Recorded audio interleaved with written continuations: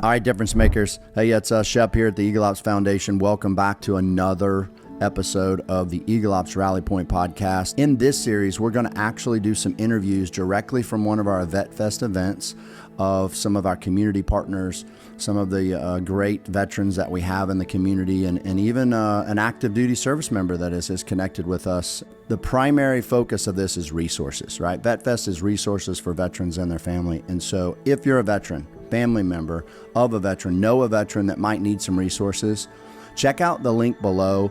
And we have two very specific links for you. One is going to our Oklahoma top 5 veteran resources. And we've also built a very unique website now that kind of tags on with that top 5 veterans resource guide. And that is okveterans.resources.com. And that is a one-stop shop for all resources across the state of Oklahoma. Guys, on this Vet Fest series, this is going to be a unique one. Ryan Bacon Nelson is going to do the interviews of all of our community partners. And of course, Ryan's a heck of a character, another Marine Corps veteran. And I hope that we get some of these outtakes out because he was having a good time. I know he had some good time with some of these community partners. But that's next up for you, and all of our interviews directly from our Vet Fest event. Ryan's going to handle that for me, and I'm out making connections and helping veterans out here at Vet Fest. And so Ryan's going to take over and do our interviews for you. So he's up next.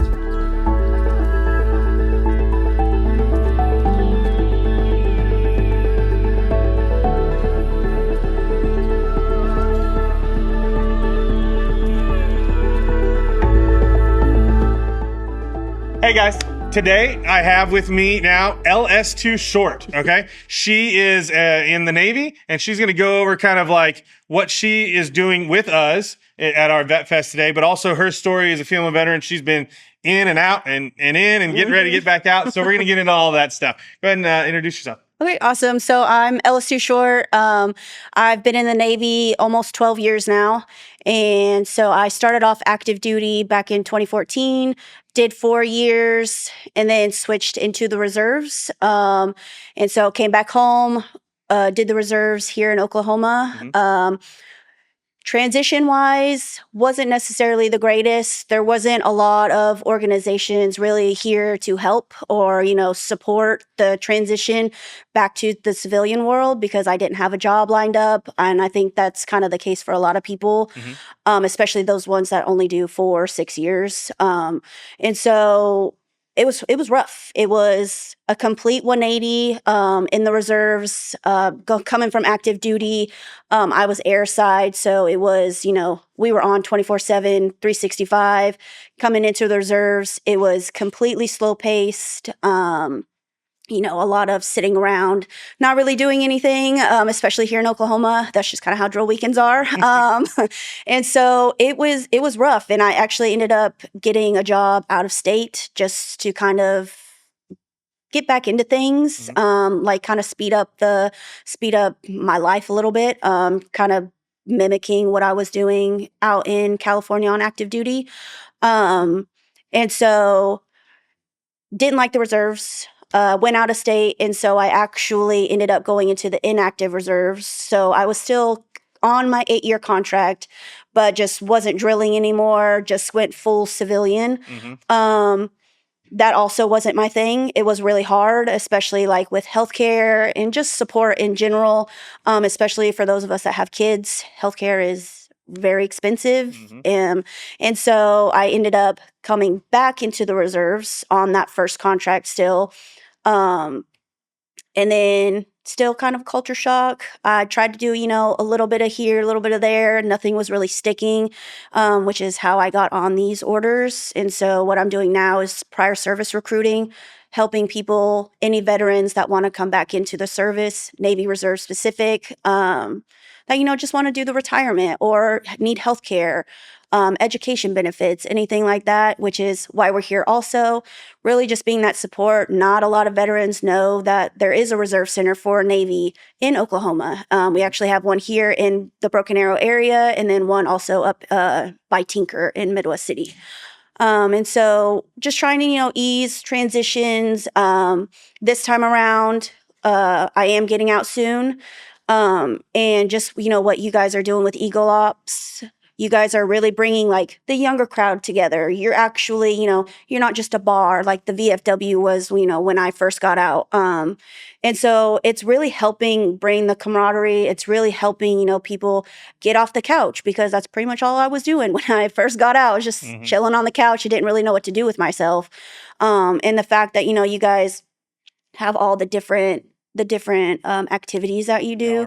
Yeah, I really think that is a huge selling point. Like it's huge, like to get people out of the house to, help the transition, because people we just don't know what to do with ourselves when we get off active duty, honestly. Yeah. Well, and I like that your story specifically is which a lot of people don't think about. I didn't think about necessarily because I got out. I didn't go into the reserves, but people don't realize that. I guess I'm speaking from me as people, but I didn't realize the culture shock that was getting out and going into the reserves. To me, you're still like you're in, like you still have that group that I felt like. I mean, that's why I'm making that assumption. Yeah. So I assume other people made that as well. But like you had, like it's a real culture shock. It is, you are totally disconnected except for when you go on to drill weeks and all that stuff. Yeah. Like, nobody's doing that stuff all the time. So, now, obviously, like you said, Eagle Ops wasn't around at that point in time. Yes. So those struggles, even being in, still, having a command that you can go to and all that stuff, you still felt disconnected in that. Yes. How do you see that going different? Now, you're going to get out into the reserves again because you have time on your contract. So, talk specifically about, the differences, the things you're going to do differently, plug into, not just with Eagle Ops, but also that you maybe didn't know about, that you had through the command or any of that kind of stuff, going around this time. Yeah, so it's a little bit of the same. Like there's still TAPS classes that you can go through to get out.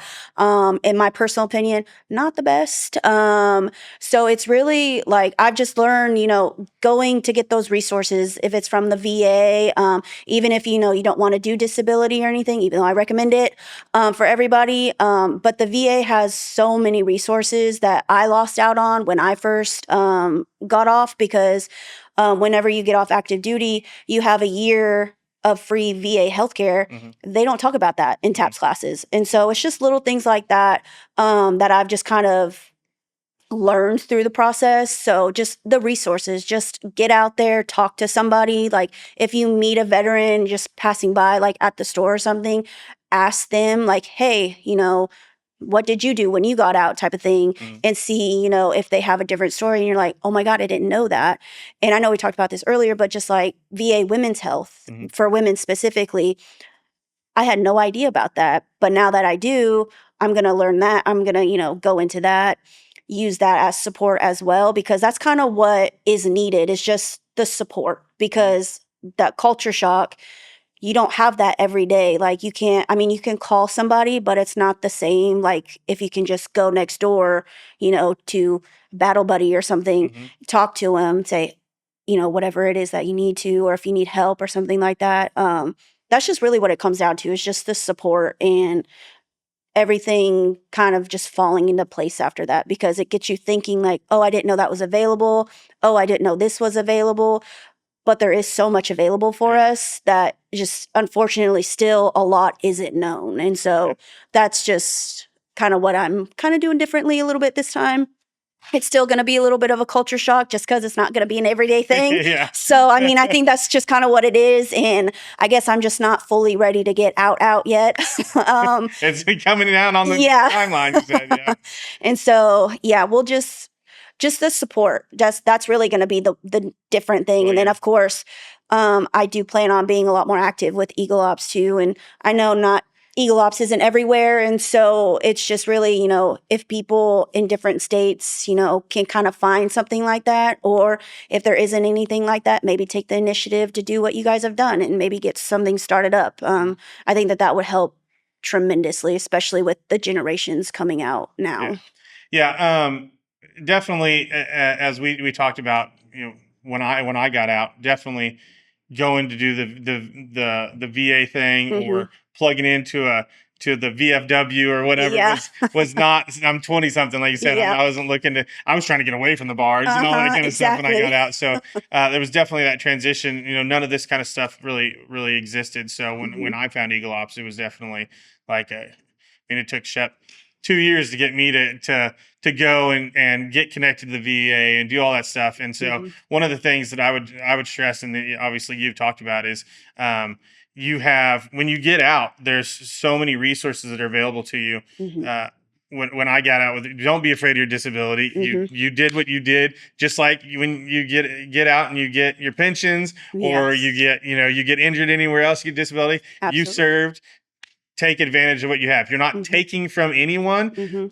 Being connected to the VA helps veterans. Whether you never use it, being connected to the VA helps veterans. The VA receives their money based on how many veterans they have in their VISN. And the VISN is just their area of operations they work in. So I encourage everyone, just get connected. Absolutely. Because if you are so worried about helping the other ones and not taking, then you need to get connected, because that's giving more to your local VA just by being a part of it. It also reduces veteran suicide by 70%, just being connected to the VA, because you have an outlet, you have someone to reach out to.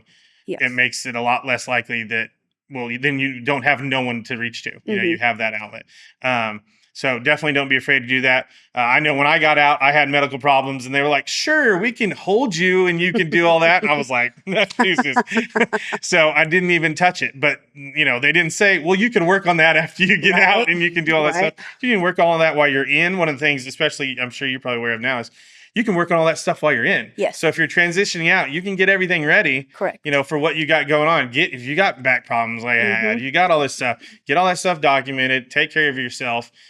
Because you 100% deserve that. Absolutely. And especially with female veterans and stuff like that, like you have, not to get on the deep side, but sexual trauma that a lot of female veterans deal with and all that stuff. That definitely, if you had that and you haven't told anybody about that, that needs to be something that you need to talk to while you're in service, because when you get out, you want resources. Yes. And if you get that documented while you're in, when you get out, the amount of resources available to you as a female veteran is amazing. Absolutely. And so I just want to stress to everybody, and I'm sure you do too, that get the things that you deserve documented while you're in. Correct. So that when you get out, you can receive the things that you deserve. Yes. Yeah, definitely 100% get it documented. Even if you think it's something small, get it documented. Just go to the doctor and just say, hey, I had a headache last week. That way they can put it down. And so, here, maybe 5-10 years down the road, you're having chronic headaches. They have it documented in your service record, and it's most likely from the service, and it's just residual effects that are happening. And yeah, that's what I tell people all the time. We get used to a lot of pain. I know. That we don't realize until we come out and talk to normal people. I know. I saw a meme one time, and it was like, what's your average level of pain? I was like, or what's your pain scale on 1 to 10? And I was like, I don't know, about average, 5 or 6. So like the average is 0. And you're like, what? Oh no, yeah. Like you don't even remember a time where that was so the average. Funny. Yeah, and just like, I know disability, the word, is kind of looked frowned upon. And I saw somebody talk about this on a podcast, and they said that they should really petition to change it from VA disability to VA compensation. Because what you were going with is like, we all served and we deserve to be compensated for that time. So it doesn't mean that we're broken. It doesn't mean anything like that, which I know is like the stigma, and people are like, oh, I don't want that attached to me. And no, like it's so important. And it's just, we all deserve it. The thing is that when you come out, you're not broken. You are transitioning from a very different way of life to a civilian way of life. And if you don't reach out to those resources, you can become broken mentally and physically. And so getting the help is not weakness. It is not, it's preventative thinking, we tell everybody, you don't have any problem receiving help. All we do in the military is help each other. You know what I mean? That's literally everything. We don't do any of that stuff alone. But when we get out and asking for help is the hard thing, because you get out before, it's just like, oh, we got to do this. And you all just help each other. Nobody asks. And then you get out and it's like, oh, nobody cares about you at all. And so you have to, ask and request for everything. And so that's why, we stress to get people, build those relationships, get into Eagle Ops, get involved. Because when you come out with us, you don't have to ask. You just tell us what's going on. We're friends, we're family, and you get help. Absolutely. So I appreciate you so much for what you're doing, and obviously helping people get in and back out, whatever it is they're trying to do. Thank you so much for coming out today. Yeah, absolutely. Thanks for having me. Absolutely. All right, guys. So what you just heard, awesome story. I want to connect you to, if you are getting out, a top 5 resource guide that we've put together completely free for you. You click the link in the description. It will take you to a list. All of those resources are right there. If you have any further questions, should be super easy, but we can help you out with anything else you need to go. Just reach out.